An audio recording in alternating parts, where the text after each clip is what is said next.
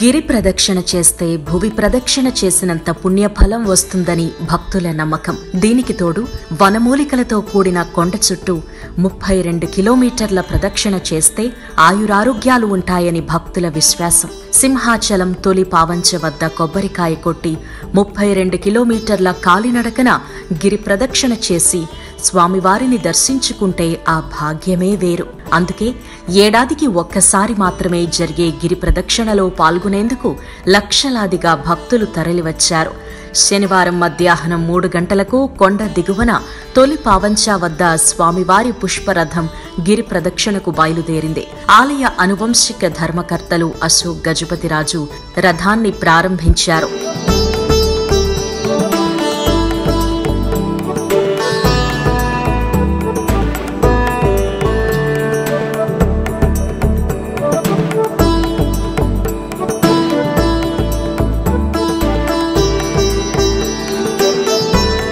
రథం తొలి పావంచా నుంచి పాత అడవివరం మీదుగా సెంట్రల్ జైల్, ముడసర్లోవా, చినగదిలి, హనుమంతవాక, విశాలాక్షి నగర్ మీదుగా జోడుగుళ్లుపాలెం బీచ్ కు చేరుకుంది. అక్కడి నుంచి అప్పుఘర్, ఎంవీపీ డబుల్ రోడ్డు మీదుగా Venkojipalem, Isukathota, HB colony, Seethammadhara, Kancharapalem, DLB quarters, Madhavadhara, Muralinagar, R and B, NAD junction, Gopalapatnam, Prahladapuram, గోశాల మీదుగా తిరిగి తొలి పావంచా వద్దకు చేరుకోవడంతో గిరి ప్రదక్షిణ ముగుస్తుంది.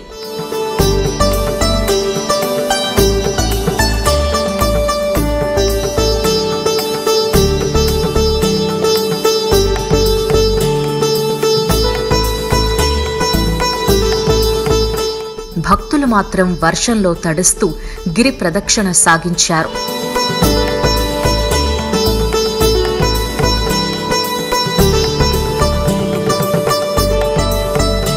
చాలా మంది భక్తులు వారనుకున్న మొక్కులు నెరవేరాలని వర్షంలో కూడా చుట్టూ తిరిగి దేవుణ్ణి దర్శించుకుని ఇంటికి బయలుదేరారు.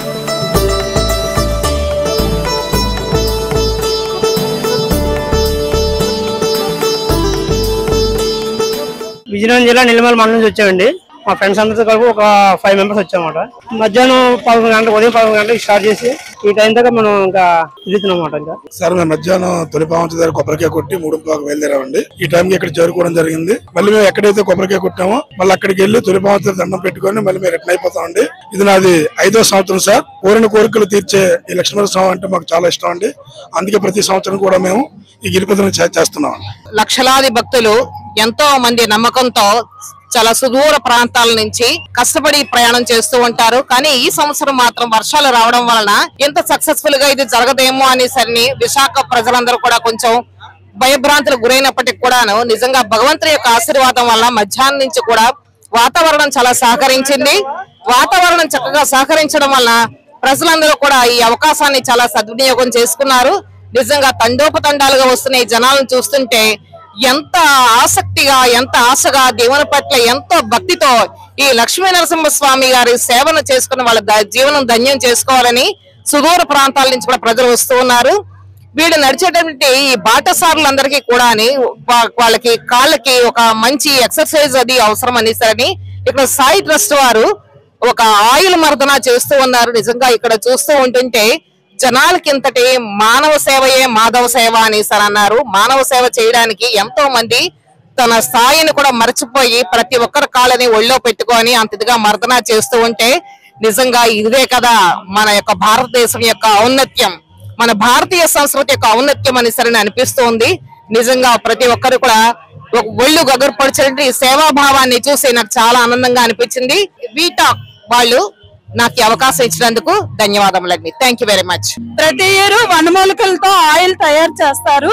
అందరివి వచ్చి ఇక్కడ ఉండి మొత్తం అందరికి సేవ చేయడానికి టిఫిన్లు, కాఫీలు, టాబ్లెట్స్ అన్ని ఏర్పాట్లు చేస్తామండి. మాది సబ్బవరం మండలం అండి. పెదయాతపాలెం నుంచి వచ్చాము. కాళ్ళడకన వచ్చామండి. 10 మంది వచ్చామండి. దగ్గర 12 సార్లు తిరిగామండి. 13వ సారి తిరుగుతున్నాం అండి. విజ్ఞానం, వినోదం, విశ్లేషణ అనే సరికొత్త కాన్సెప్ట్ తో మన ముందుకొచ్చింది వీటాక్ టీవీ.